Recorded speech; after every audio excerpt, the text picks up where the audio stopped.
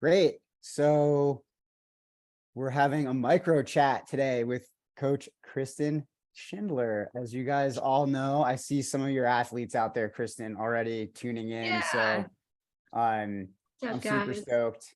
The Andrews are here. Yeah, exactly. Well, I, I I feel like something that prompted this call was we've been talking a lot about resilience and developing grit and working through challenges and the different tools that we can use to work through challenges.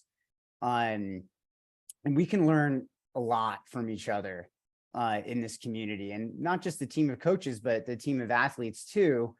But it does help that have really great coaches on this team that have gone through extended periods of challenge and can offer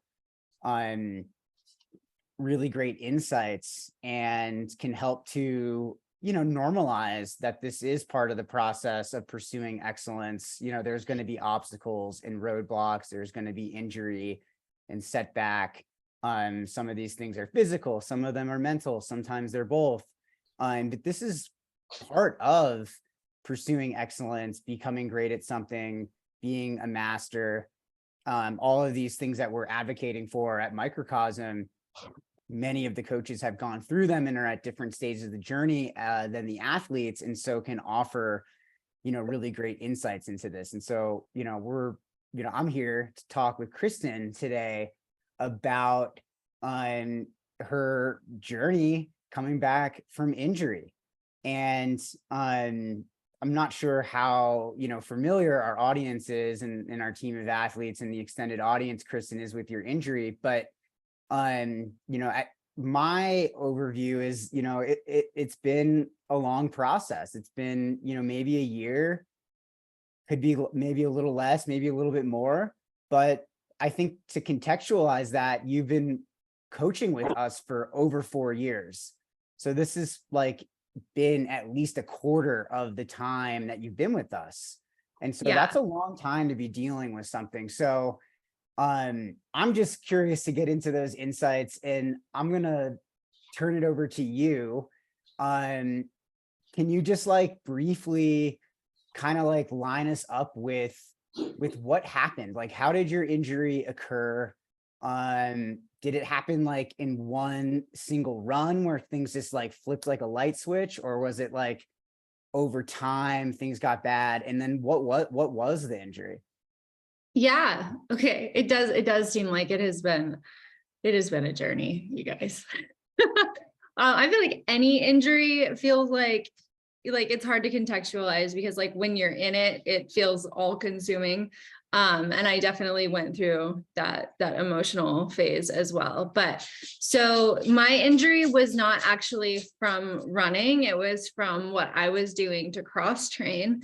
So I was doing a mountain bike race with my husband, and it was a 6-hour lap race. Whoever did the most, whatever team did the most laps in 6 hours won. I think weeks before this race, I had ended up on Jerry of the Day for a pretty epic face plant. So that's where I was going into this thing. But I was getting a little bit better. I had just cleared a pretty tricky section of the trail before turning right onto a really steep and technical downhill. Right at the beginning, I think it was probably my 4th lap. And once I hit this steep downhill, I remember hitting something. And then I woke up upside down on my back in a stream bed, screaming in pain. Everything from my low back down was both on fire, but I couldn't really feel it at the same time. Very scary. I couldn't move. It took about 45 minutes for me to even just be able to get my arms to a place where I could push myself up and pull myself out of the water. So then there was the whole drama of being medically evacuated off the trail with little access to roads. So that happened, and I ended up getting I had a really big lump on my low back where I had landed like on a rock, like right on my, like the left side of my pelvis. So I was also starting to train for the 2022 Canyons 100K. So texted my coach, told him what happened, got on the phone with my coach, explained more in detail what had happened. Was taking it really, really easy because I also had hit my head pretty hard and like cracked my helmet and that whole thing. So took a few days off to recover and then let the swelling go back down. When I started running again, the injury didn't really flare up immediately. I was sore. My low back was really sore. My gait was altered quite a bit. So I was keeping an eye on that without really wanting to, had to be cautious of that. But I started to experience symptoms of the injury, which at the time I was like, oh, I have a really tight knot in my hamstring. It was like a cross between like a knot in my hamstring and a cramp in my hamstring, and became more and more painful. So I was running on the treadmill one day and this thing started to flare up. So I got off the treadmill and I got on the foam roller and I got back on the treadmill and it was still there. So I got off the treadmill and I grabbed the Theragun and used that for about 20 minutes. And then I got back on the treadmill and I was like, this is really weird. Okay, something else might be wrong, you know? So took a few more days, was really cautious with it. I swam, I biked. I took like 2 extra rest days. And then I did a longer run that weekend and ended up calling my friend and just sobbing in pain. Like I couldn't put any weight on my left leg. So she picked me up with some ice cream and her giant dog, and that was wonderful. But that's also kind of when I started to realize that something was pretty wrong. And I know I talk about my sister a lot. She's a sports chiropractor. So anytime something goes wrong, anytime something feels off, she's like on my speed dial, you know? So I'm like, hey, Kels, something's going on. She knew about the bike accident and she was just like, you know, had her opinions about that. But so I explained to her what I was feeling, what I was experiencing, and she had me go through a series of exercises that I should have been able to do had I been healthy, and I was not able to do them, which was both like shocking and like even more scary at the time, because I've gone most of my 23-year career in running without having any significant injuries. So this was like the realization that I was about to have one. So she referred me to a specialist. She found one near Spearfish. And then she also said, pack your bags, come stay with me for a few weeks and we'll do all the treatment you need. We'll order the imaging. And she only lived a few hours away and, you know, just my sister. So I moved into her spare bedroom, spent 3 weeks with her, got imaging done and found out that the technical name of this injury was nerve impingement with severe radiculopathy. So I had herniated 3 discs in my lower back, which is the L4, L5, S1, and the herniation was pushing on my SI joint, which was causing that nerve impingement and then like damage to the nerve roots where they were coming out of my spine. So once I had a couple conversations, it was so scary, but I had a few conversations with different doctors and just wanted to like make sure that that's what it was. So I did, 1 second.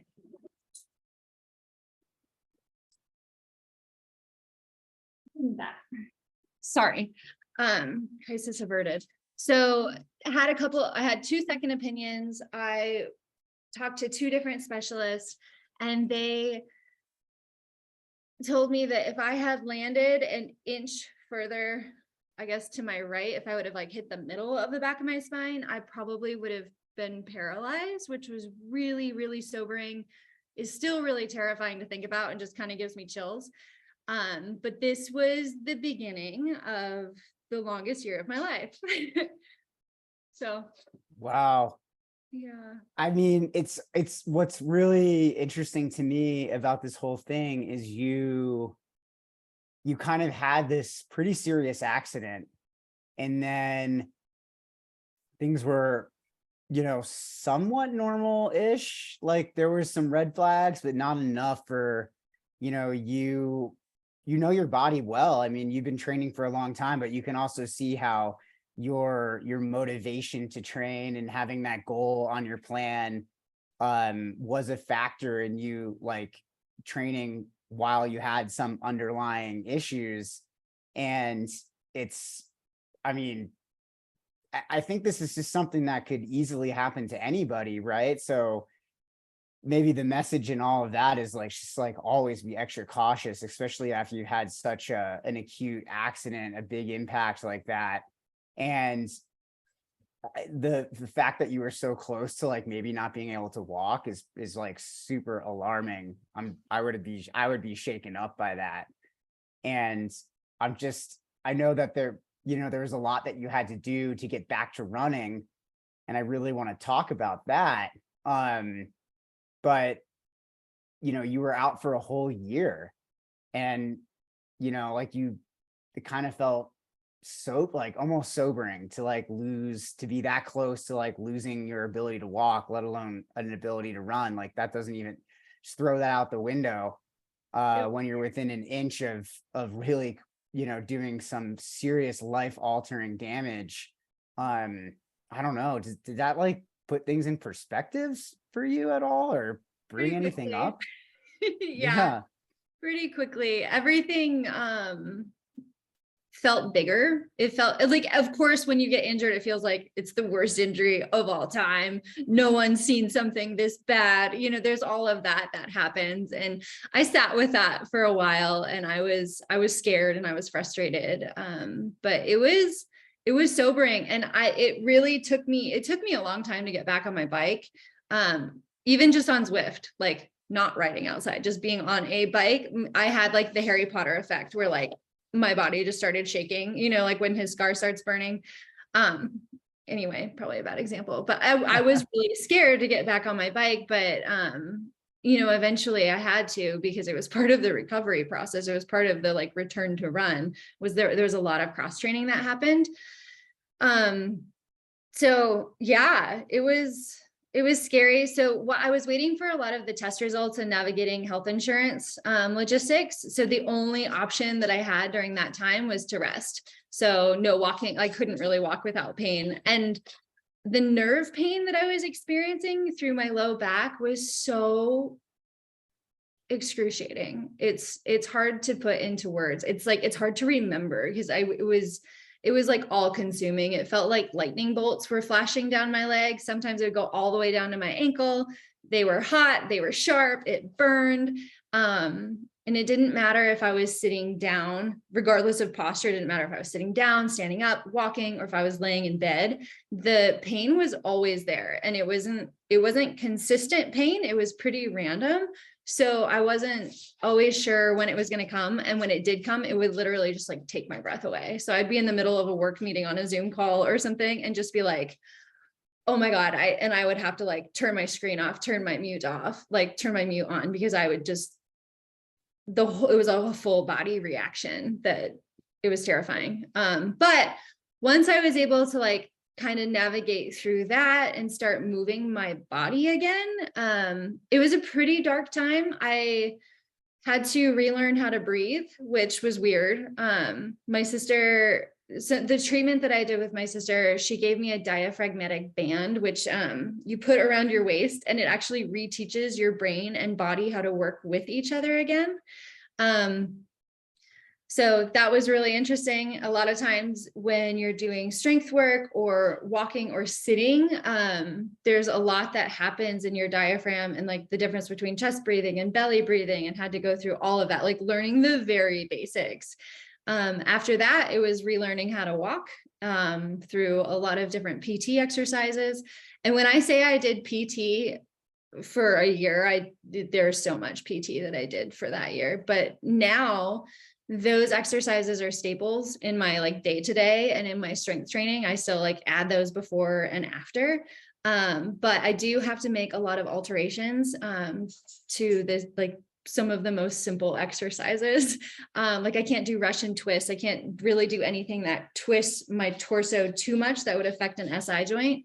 So making adjustments to Russian twists and instead in doing dead bugs with a Bosu ball or an exercise ball. So things like that I just kind of had to figure out and work with my PT.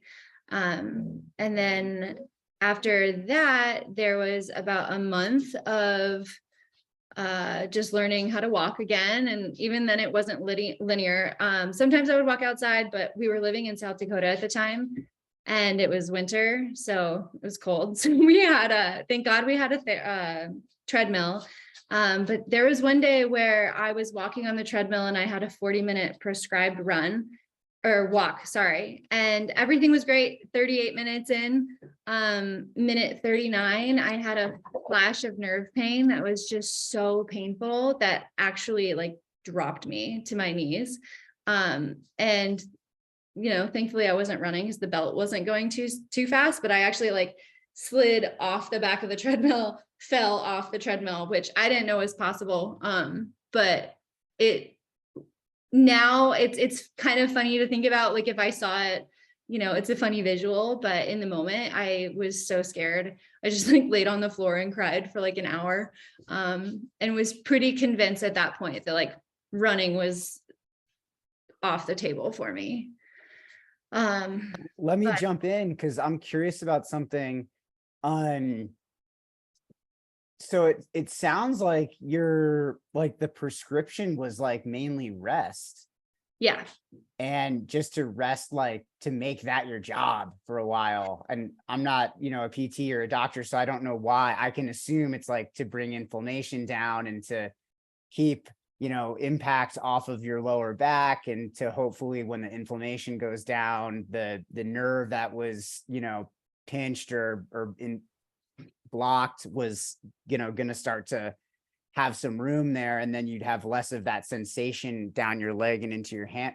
Am I getting that right? Or yeah, that's right. So initially it was, you know, rest and like rest for a very long time and try to get the swelling and inflammation down. And then once that was down, I was able to start PT, and the goal was to avoid surgery. So okay. I was throwing everything at this that I could, from like PT to working with Kylie on nutrition to just resting like a total boss. And I gained like 20 pounds, I think. And as a person recovering from an eating disorder, that was hard. But I also understood that it was necessary. Like my body needed to heal. I needed to like fuel it well in order to do that, to like put myself in the best position to be able to walk again, to be able to run again someday.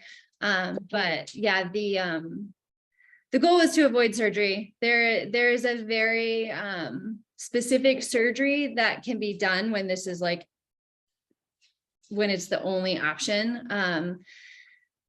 A lot of people don't come back from that as athletes. So you can run recreationally, but there's only so far you can push your body after that. And I didn't want to end up in that camp. So Yeah, and I'm not sure if you had time to listen to our micro chat with Dan Mirsky, who's a pro climber, but he had a really similar injury that ended up requiring surgery. And he was really fortunate to be able to come back from that to, in a similar way, you know, very similar to you, Kristen. He really had to take a lot of time, and then he ended up achieving a lot afterwards, which is, you know, really cool. And I'm looking forward to getting to that part of the story. But I think what I would like to ask you specifically to this is, you know, with that long of a process, and you're kind of, to me, if I was in your shoes, I would feel like, okay, I have to adopt this identity or write a new story. Like, how am I going to develop all these habits? Like, you know, it's important as people that we recognize like our past impacts the way that we deal with challenge today, and we can't ignore that, right? So like what you mentioned, like you had to really rest, but you were also working through some disordered eating stuff too. And so that's going to impact like how you rest, because if you gain weight, you know, there's judgment there are certain thoughts, feelings, triggers that come up. And none of that's easy to navigate. And if you have things like that that are kind of like working against your recovery, it could be very easy to not do the work, not do the PT, not do the things that are going to support getting you back to running again. Was there like a moment when you just were like, I have to do these things, even though they're hard, they're uncomfortable, they're making me like really face parts of me that maybe I judge, or there's shame there, or what, you know, whatever emotions and sensations might come up? Like, how did you deal with that? Yeah, I have a really good therapist, and I've been working with her for, well, throughout this whole thing and continuing through now, but she helped me reframe a lot of my thinking around gaining weight. Zoe brought up on a call Dr. Kristen Neff, who has a self-compassion workbook, and I fully invested in that. I got her book. I did the work. I've gone through 3 workbooks. Like, that's how, like, I was like, I have to do this. I had to reteach myself how to talk to myself as a friend. I had to really dive into that like inner coach and that like self-compassion voice, which as competitive athletes, we don't always have, because it's just push, push, push, push. How much more can you get out of yourself? And kind of coming to terms with talking to myself the same way I would talk to a close friend who is going through the same thing. What would I say to them? And I would have to say it to myself, which felt really hokey at first and kind of like, this is so cheesy, but like, okay, I'll try it, you know. And it ended up working really well. And historically, I don't, like, TJ, you can attest to this, I don't always have like the best track record of like responding. Sometimes like I would catch myself in a moment of like reaction, like emotional reaction. And I was able to like really move away from that and like take a step back, collect my thoughts, and respond to like setbacks that were happening in the recovery process, or when my doctor would tell me something that I didn't want to hear.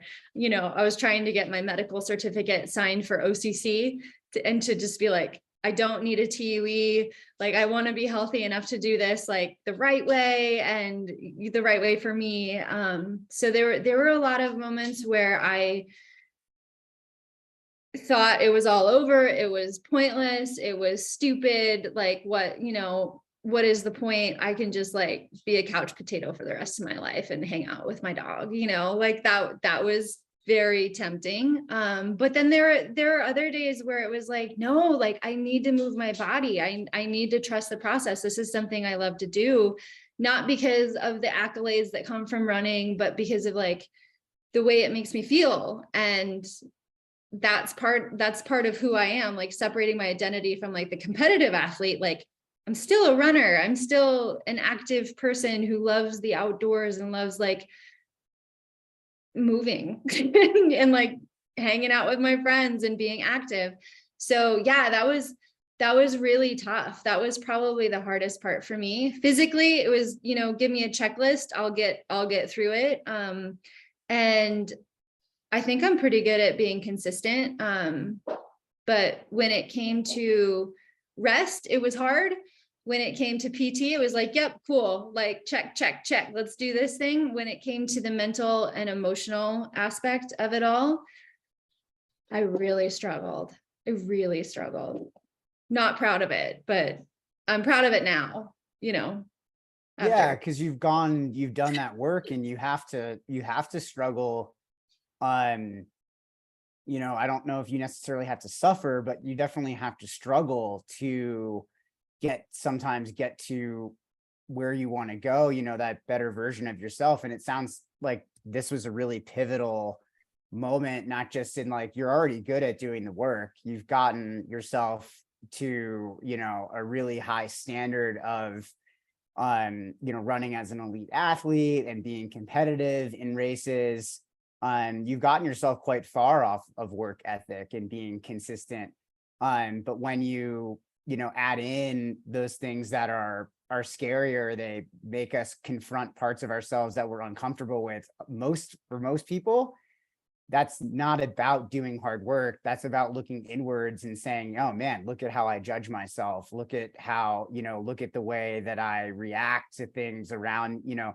So look at the shame I feel over certain things, in my life, all of that inner looking is what challenges people and forces them to turn away.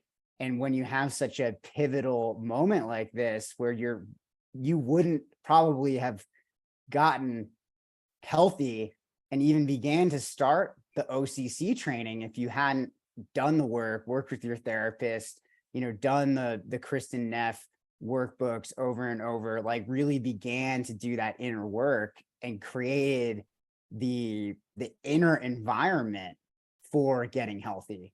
For I think For it's just so important to acknowledge that and get that out there for the athletes, because as coaches, we see athletes that come to us are 95% are really good and consistent already and great at doing the work.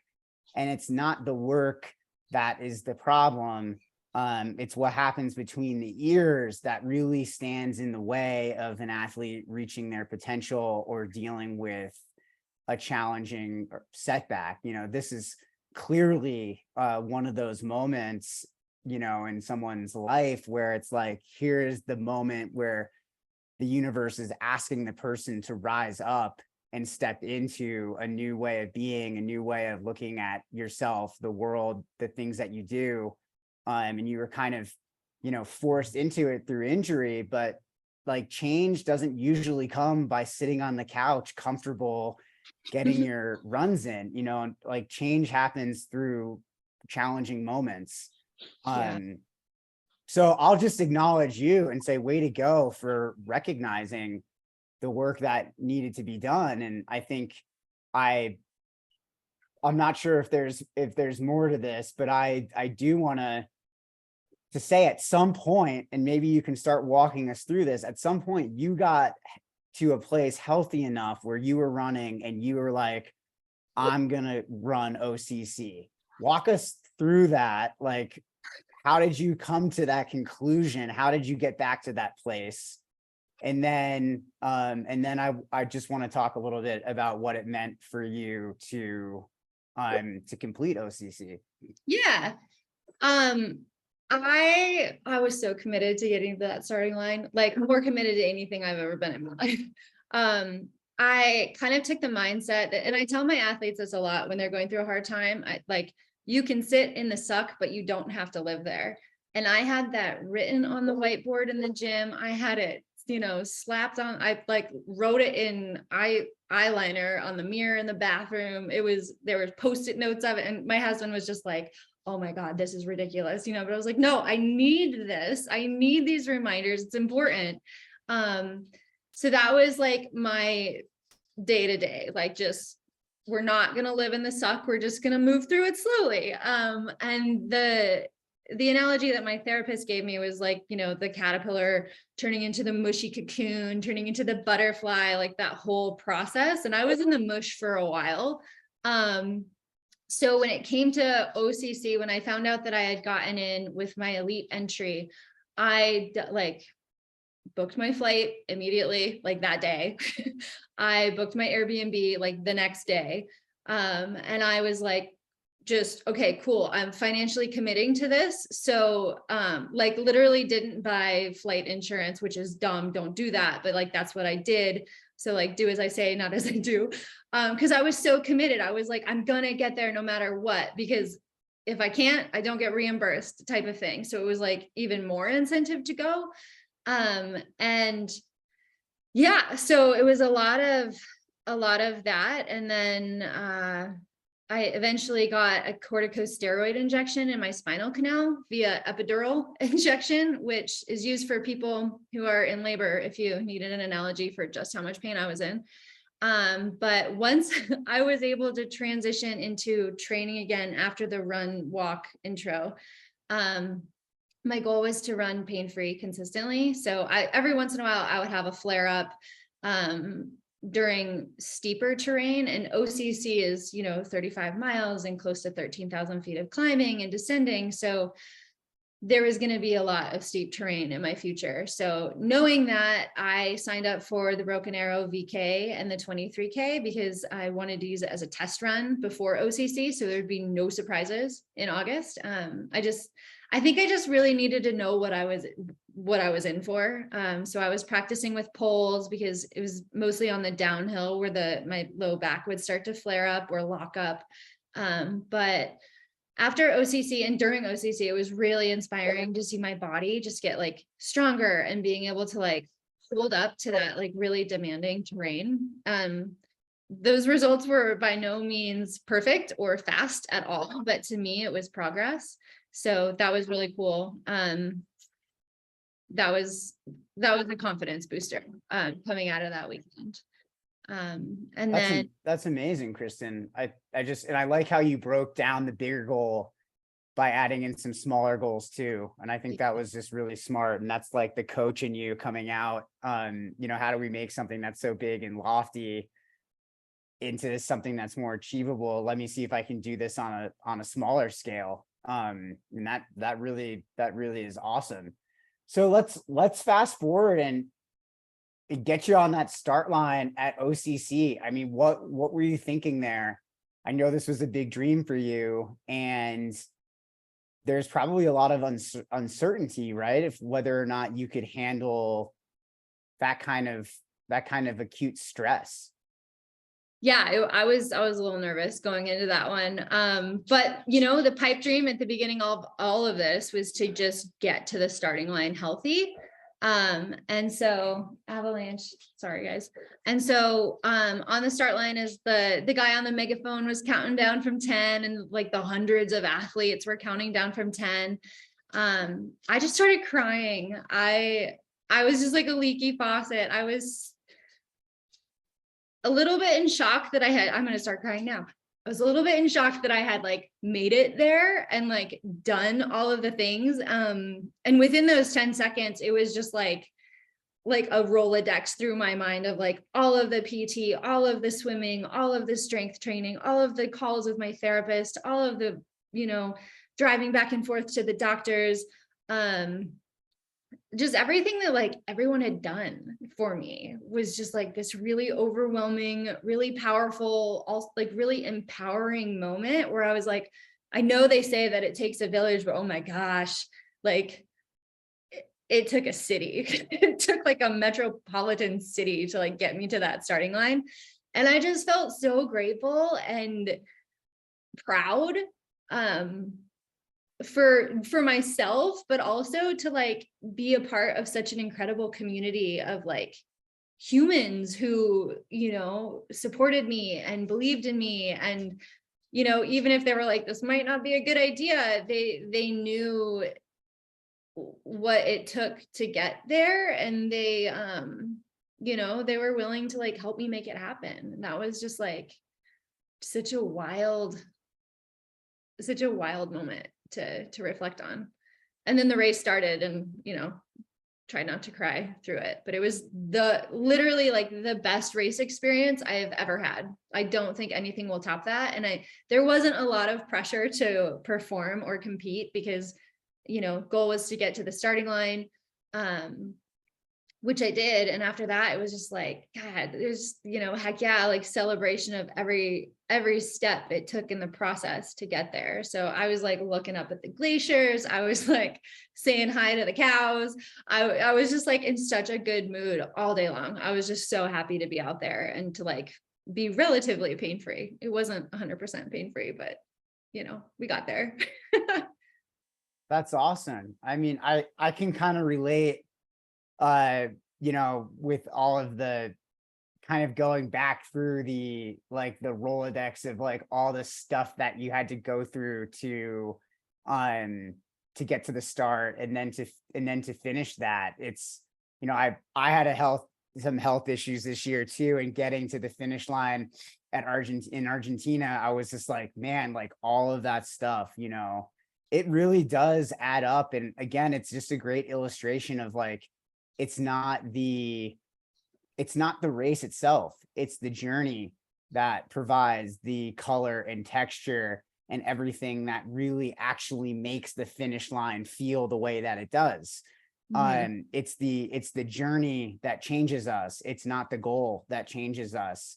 The goal can be a carrot, you know, it can be a motivator, an extrinsic motivator, but in the end, it's not the goal that does it. It's you deciding to go and get on that journey and see it through that elicits all of the important change and the insights and the breakthroughs. And, you know, some of the insights that, you know, that you've mentioned is, you know, celebrating the wins when you get them, and, you know, leaning into your team of supporters, which is super important. I mean, you know, from PTs to your family, friends, therapists, like doctors, like it just, you know, having that village around you is truly what makes a difference. And I would go so far as to say, like, if you're an athlete thinking about a goal, if you think you can do it alone, I would invite you to think bigger. Like, that's not a big enough goal, because if you can do it by yourself, what's the point? You know, it's all about involving other people, community, getting vulnerable, putting yourself out there. And you know, you're really illustrating this through your own experience, Kristen, which I think is just super, super important. I think I will say, like, one of my favorite parts about race day at OCC was you get up to the last climb and it's a straight like 4-mile bomb into Chamonix, and it's incredible. But I ended up catching up to my friend Christina, and she was having a really bad day. Like, I was like, God, like, what? Why are you out here? Like, what? It's been 9 hours or something crazy, you know? And she told me, she's like, I've just had the worst day. I don't know if this kind of like steep terrain is for me.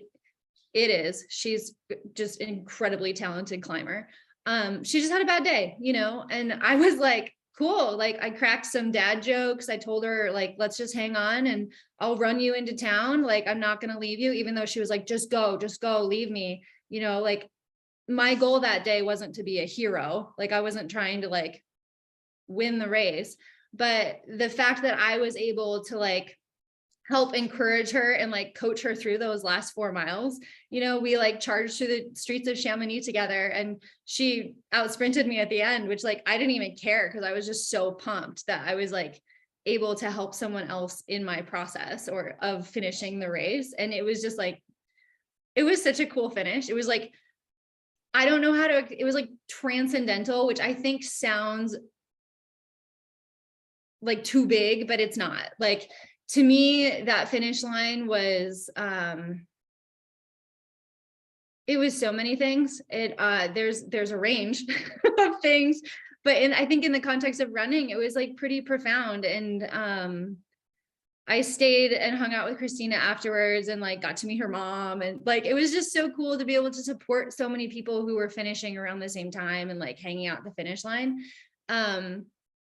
But when I was walking back to the Airbnb with my friend Keith, there was just like this moment of realization that just like hit me, that I realized that there, like, just how much more of us is within all of us. And sometimes it's apparent, other times it's not. You know, I think going into this race, it was like, just get to the starting line, and there was like, just finish. But there was like even more within me than that. Like, there was more of me to help a friend like get more out of herself when she wanted to quit. And that still gives me goosebumps. Like, that was just so cool. And now, you know, when people ask me about OCC and how it feels to have finished, it honestly feels like it happened to someone else. Like, I sometimes have a hard time believing that I pulled it off. So interesting, so fascinating, and beautiful that you made it, you know, about helping someone else too. And that sounds so much like who you are at your core, and why you're a coach, and, you know, doing all the things that you do. So I love that. And I'm there's Avalanche.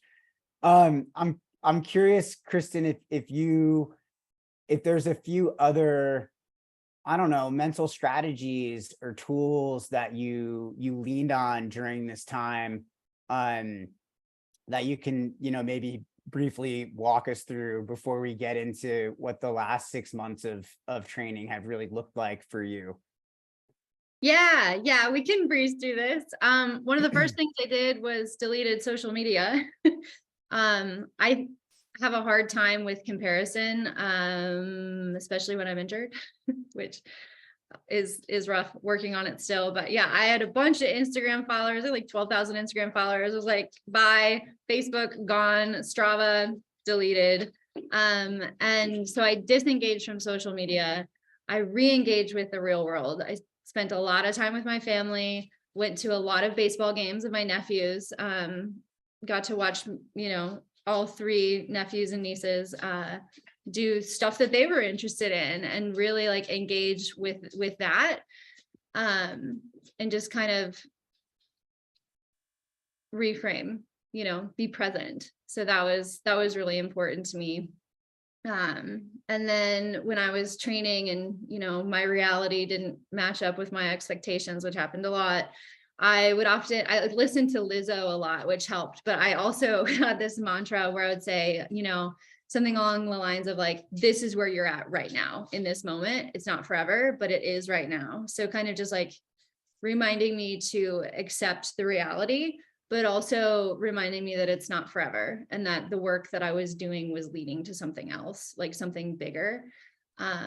So that helped me kind of take it all in, put it in perspective. Because I feel like,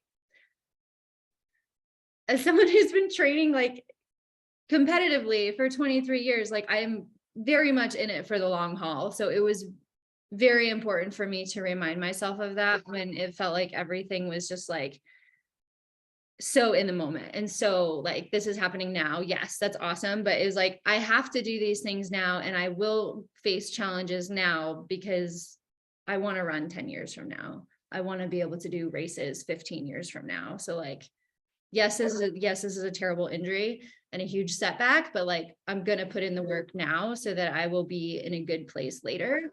So that was also really helpful. The other thing, and I will say like, the most important thing for me was honestly our weekly microcosm community calls. I got so excited for those. I had like multiple alarms and would just get so pumped, but those calls like gave me life. And the coaches channel Slack made me feel less alone in all of it. Because we ask questions, we like bond, we like help each other out, and just having access to friends who I get to work with it was awesome. It helped so much. And the athletes that I coach, and like seeing their logs every day,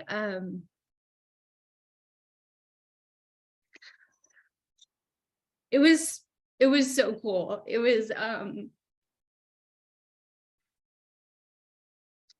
so cool being able to see what they were going through, getting a peek into their lives and their training, and seeing their progress. Oh my God, it gave me so much hope. Sorry. But I became like so stoked and like absolutely just so inspired by my athletes, and just getting to see what they were doing and helping them achieve their goals. So while like, yes, I was super focused on getting to OCC, like helping my athletes get to their version of OCC was just as important as me like getting to that starting line. So that, God, I'm gonna like turn into a leaky faucet again, but like that was in the whole process. I think those community calls are really what kept me going, because I think when you're injured, it's really easy to self-isolate and to, I don't want to see it. If I can't see it, it'll be better type of thing. But like, I really believe that re-engaging in the community, staying connected, volunteering, being around other people, talking to friends who are running, encouraging friends who are racing, like pacing, crewing. I did that a lot. I paced and crewed for a lot of my athletes last year. And that made a huge difference, just like being there and supporting other people. Cannot say any more about that, but it was just, that was the difference. Amazing. I mean, gosh, Kristen, you've been through a lot. And I think that it's, leaning on the community, it's just so valuable and important. And that's why the microcosm community is there. Because together we can support each other through these challenges.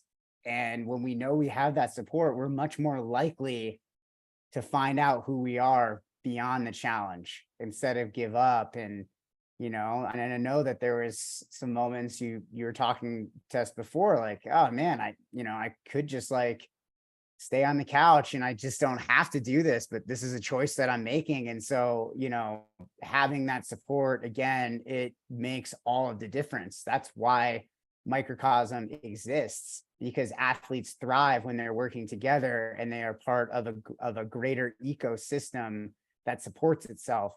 We're really getting into what I think is some of the most important parts of what this community can potentially offer if athletes want to be a part, really participate in it in the way that you do. Let's talk about the 6 months after OCC, because I think this is where, you really hit your stride again. You were on the podium at Tillamook, and then you won the 25K 20 days after that. And that's, that happened this May. And so you've really been training, and like I would like to say you're back, like, competing as an elite again. And it's been a journey, and I'm just curious, what do you attribute to those successes, and what were you like, what are the takeaways from all of that? Everyone should have a therapist, takeaway number one. And a community like Microcosm, because oh my God, just makes a huge difference. But I think that comeback can be attributed to like a lot of the internal work that I did and all of the people around me that running coach, strength coach, my sister, microcosm coaches, microcosm athletes, like literally everyone, my husband, dog, even my cat Pizza was like, he absorbed some tears every now and then. But I would not wish that injury on anyone, but I think that I somehow became a better person because of it. It like shifted my perspective a little bit. But yeah, TJ, sorry, to your point, I think once I was able to start training again, I was just so grateful for the opportunity to train again the way I wanted to. So I was, oh my God, I was so consistent. I was the most consistent I've been in years, just like week after week after week. But this time I had a different mindset. I wasn't coming at it from the direction of like, oh, I need to run 70 miles a week every week, and I need to get this much vert. Like that matters. But at the same time, it didn't, like I wasn't overthinking it. I wasn't overstressing. I was just having fun. I was doing a lot of like the first 3 miles with my dog, which no one knows what pace that's going to be. It's dependent on her, so it was different every day, but there was zero pressure to perform or hit those numbers week over week. And that made such a huge difference. So yeah, I think it's the takeaways there is like, I was able to kind of rewire my identity and my sense of self when it came to running, and my relationship with the word community, which historically hasn't been great, but Microcosm has completely flipped that on its head for me. And then trusting my body again and continuing, like still learning this because it's hard, but learning to trust my body again, learning to like listen to my gut, listen to the signals, my body's sending if I'm tired, if there's like a niggle that I need to pay attention to like take an extra day off, things like that. But I really think that this injury forced me to figure out what my values are and how to live in alignment with them. So once I figured that out, everything changed. So yeah, I think like in a weird way, podiuming, doing well at those events and running at the elite level again is so cool. And it means everything to me, but it means nothing at the same time, if that makes sense. You know, I think the last run, the 25K that I did, I remember just being like, I can still do this, you know, like it was just such a cool moment of like, hell yeah, like I can still do this. And running fast felt so good. It felt like recess, you know. And I think one of my favorite things about the Tillamook Burn run was like reconnecting with the Oregon community. And I got to hang out with my athlete Andrew all weekend. It was so cool just to like hang out and chat by the fire. And that was, you know, like one of the core memories of that weekend for me. But finishing the burn was also emotional, I will say. It was a pretty spur of the moment trip to Oregon. I hadn't been back to Oregon by myself since like my soul dog had passed away. And so I made a weekend of it. There was the race, but there was also, you know, celebrated with a pizza on, you know, Jazz and Maya's favorite beach, and got to like toss out some of our ashes. And it was so cool. It was like all of the stars were aligning, all of the dots were connecting, everything felt so good. I felt so like at peace and in tune with myself. So I think with like all of the other accomplishments that I've had throughout the year with like training or races or whatever, like they've had varying degrees of celebration. You know, sometimes it's pizza on a beach, and other times it's like, hey, I did this cool thing and post it on social media because I'm human, and sometimes external validation does feel good. But I think other times it's like, it's the internal validation. It's like taking care of myself. It's a hot bath. It's sleeping in because it feels good. You know, it's giving myself a hug. It's like snuggling with my dog. Like I don't feel as tied to those physical accomplishments as I used to. Like we in our house, like I don't have any of like the medals, or like I don't even know where they are, honestly. You know, like I'm just so psyched to be running again. So I don't know. This is awesome. I want Yeah. to jump in because I'm hearing you really make a mental shift from some of your old way of being, and maybe there is a more attachment to outcome there. Maybe there is some comparison, there is judgment. Some of these, I would call those ego-driven ways of being, and a move towards your more essential self, like this part of you that does things because they connect to your values. They like community is one of those things that really came up throughout this call. And when you continue to pursue goals, not for the outcome, but for the sensations and the opportunity for personal intrinsic growth, you're really starting to shift the dichotomy between like, I need this because, and to, I want this. And when you make that shift between needing and wanting, you are really aligning with your values, the way that you want to live your life. And it makes going through those challenges that are inevitable. Like I know we probably glossed over some stuff where it was like, well, getting to Tillamook probably wasn't linear, and stuff like that. But like, when you make that shift and you start to act within alignment of your values, you're connecting to your deeper self and what your soul really wants for you, what you really think about deeply. It no longer becomes about the validation, because you don't need it, because you're a whole and complete person with or without the training or the racing. And so then you can really fill yourself up with those positive sensations that come from participating in something that you really want. And that is freaking cool and powerful. I think that's one of the most important things that I learned, where like, there's this idea of importance, it's important to do X, it's important to do Y, whatever society's like standards or expectations are. But, as my therapist likes to say, like, the idea of importance is bullshit, like there's a huge difference between what is important and what matters.